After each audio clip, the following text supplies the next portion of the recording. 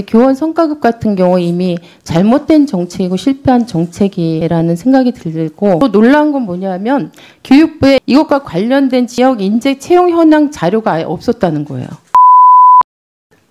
저 혹시요, 부모가 자기 자녀에 대한 가정교육을 잘 시키게 하려고 매 1년마다 평가를 해서 1등급 부모와 2등급 부모를 만약 나눈다면 과연 가정교육이 잘 될 수 있을까? 우리가 저는 이렇게 좀 단순화시켜서 생각을 해보고 싶은데요. 사실은 이제 가정교육과 학교에서 하는 학교 교육은 굉장히 차이점도 많지만 본질에 있어서는 인간의 성장을 도모한다는 점에서 저는 굉장히 같은 부분이 많다고 생각합니다. 교육은 부모가 지금 열심히 자녀 교육을 위해서 애쓰지만 그 결과가 1년 뒤에 나타날지 5년 뒤에 나타날지 그걸 다 기다리면서 있는 거고, 학교 교육도 사실 본질에 있어서는 그렇다고 생각하거든요. 근데 이제 2001년도에 시작된 교원 성과급이 지금 20년째 진행이 되고 있는데, 사실은 잘 아시다시피 교원 성과급이라고 하는 게 학교 교육의 질을 높이기 위해서 도입됐지만 그 애초의 목적에 전혀 부합하고 있지 않다는 것도 20년 동안 확인된 바입니다. 그래서 굉장히 이제 실패한 정책 중에 하나고, 오히려 이것 때문에 학교 안에 교사들 간의 위화감과 경쟁의 관계라든가 이런 것들이 조성이 돼서 거꾸로 협력을 해야지만 아이들 교육을 더 잘할 수 있는데 교사들이 오히려 이 협력을 방해하는 그런 정책과 제도적 환경을 만들고 있습니다.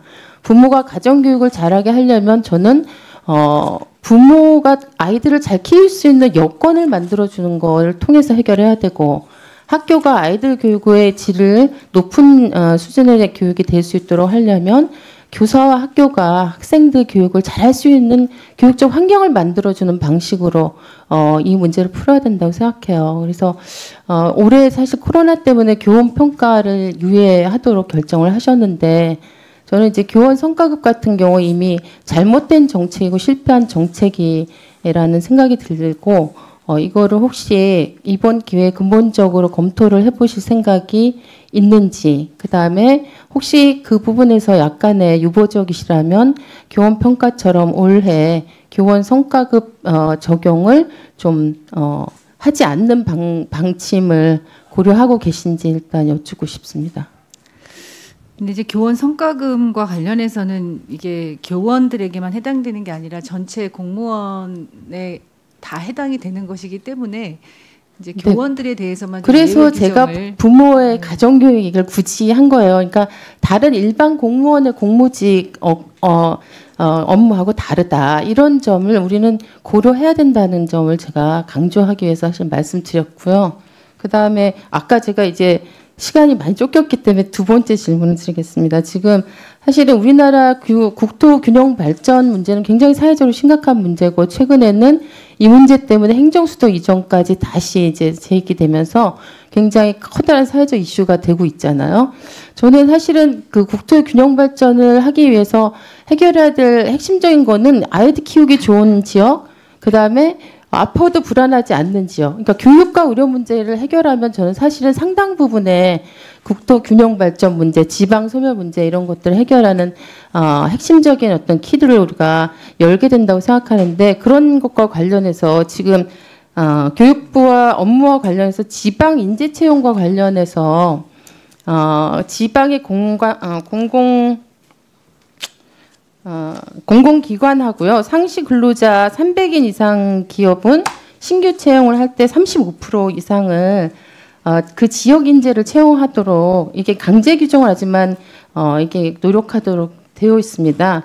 그런데 저희가 이제 이 문제와 관련해서 현황을 파악하려고 보니까 실제로 지난 3년 동안에 요 적용을 이행한 기관은요, 322개의 지 공공기관에서 135개에 불과하더라고요. 그리고 더 놀라운 건 뭐냐면 교육부에 이것과 관련된 지역 인재 채용 현황 자료가 아예 없었다는 거예요.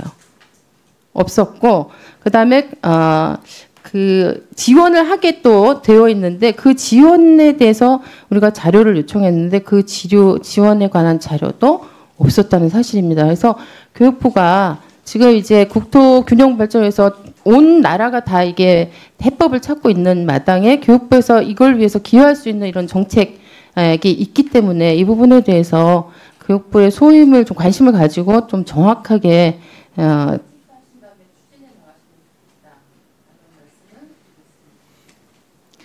예, 지역인재 채용 실적을 저희가 이제 공공기관 경영평가 할 때 반영을 하고 있습니다. 그래서 이제 그런 것들이 조금 더 잘 모니터링 되고 그 본래의 취지가 잘 살려질 수 있도록 하겠다는 말씀드리고요.